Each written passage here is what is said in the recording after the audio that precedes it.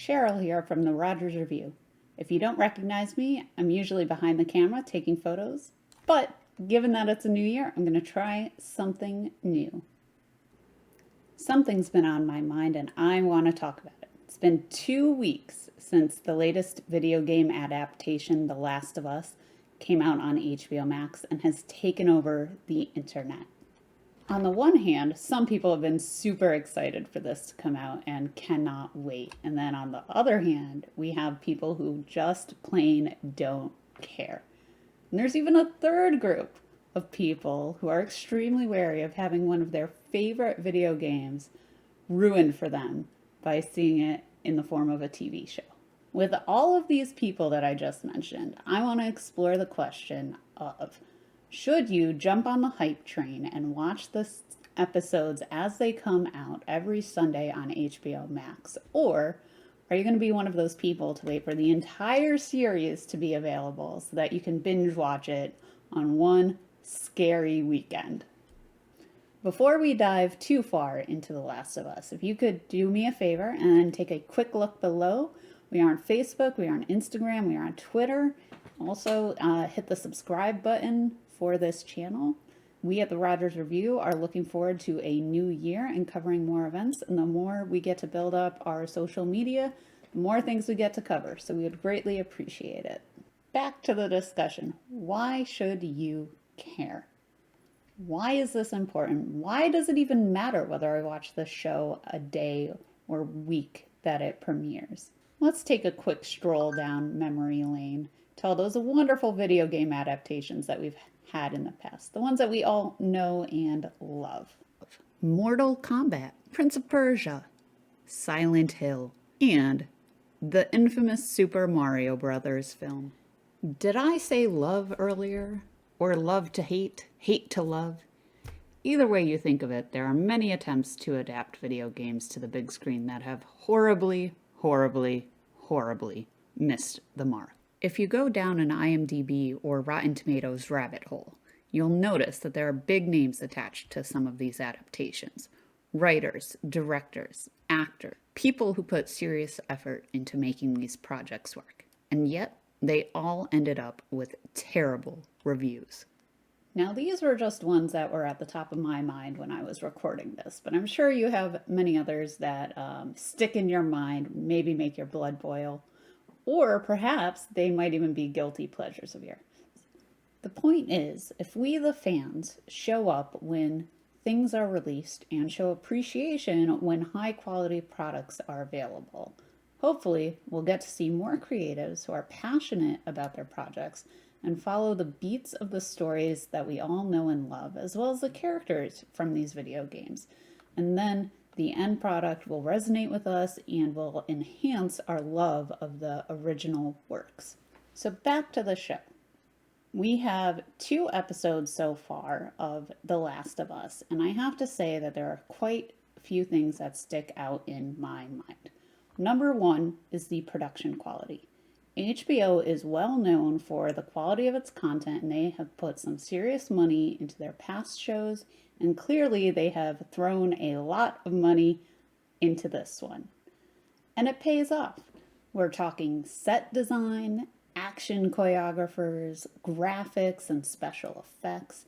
We get to experience a traditional HBO title screen opening that they put a lot of graphics into, a lot of special effects, and it's pretty gross. Did I mention it's pretty gross? It is pretty gross, but it kind of matches what's going on in the world of The Last of Us, and we get a sneak peek into what may be happening to the human body throughout the show, but it is pretty dang gross. Number 2 I want to talk about is the acting.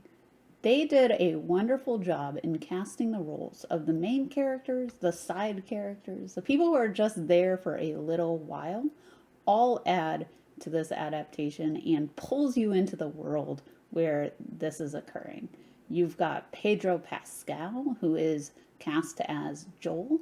You've got Nico Parker, who is playing his daughter in episode 1. And you just get to see the connection that those two have on screen really helps you buy in to their relationship and how they work together as a unit, where Joel is a single father and she is a young teenager growing up in Texas. And we just fall in love with them. We have Merle Dandridge playing the badass Marlene, and as a matter of fact, she is the original voice actor from the video game, because according to the creators, she just fit the bill and she does not look a day over from when they were filming the video game so many years ago. So they felt comfortable in bringing her back in the same role.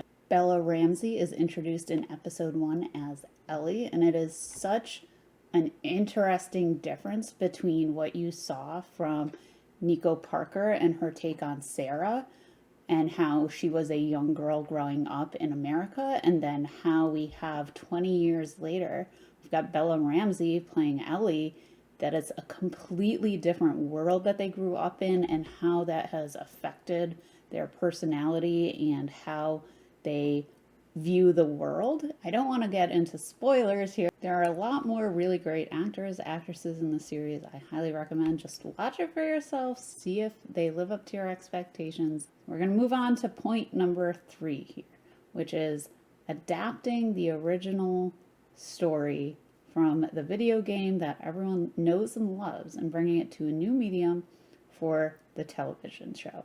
Craig Mazin first came onto my radar when I got hooked onto the Chernobyl series that was done really well. I mean, we know what the history is, we know what these people were going to go through, and yet you were hooked from the very beginning with the way it was written, the way it was produced, the way it drew you into the characters that were created for the series.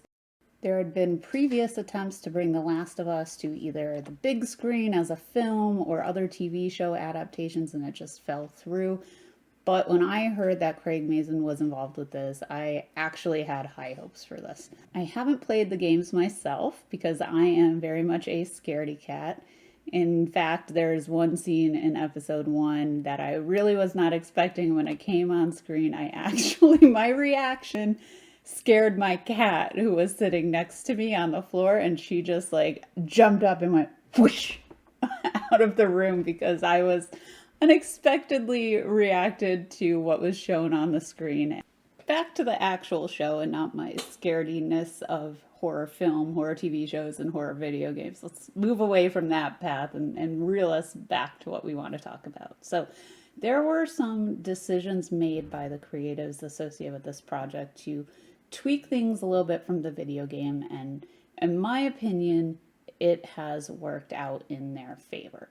It gave us a little bit more time with Sarah, really understanding that bonding between Joel and his daughter and how that affected him at the time and how it will continue to affect him, I assume, as the series continues to go forward, how protective he is of other people throughout this experience. They were able to put a little bit more detail into that, again, really creeped me out, of when people started to get affected by what was happening around them. You got to notice things, as Sarah was in school, there's a kid who's acting a little bit differently.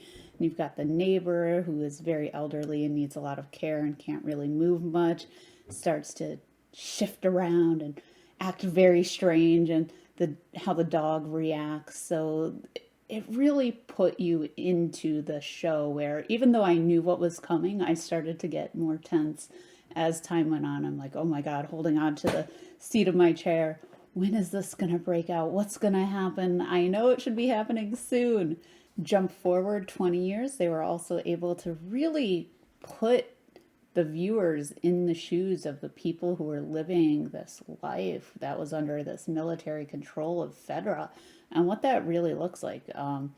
In a slight historical sense, these things happen when civilizations are in a really dire time. You have cities that really get locked down, and you have ration control, and you've got dirty jobs that people have to do. You have to be able to feed your citizens, you've got to have medicine, you've got to care for them in some way, shape, or form. And sometimes people make terrible decisions and they want to hold on to power, and sometimes they think it's for the greater good, sometimes it's not.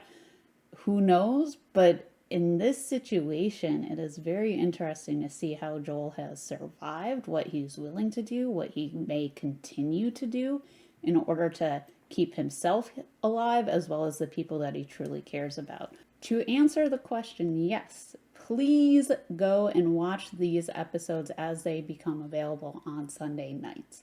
If you haven't seen episode 1 or episode 2 yet, go back, watch them, be prepared for what you're going to get into on Sunday. But we really want these good quality adaptations to continue to be made.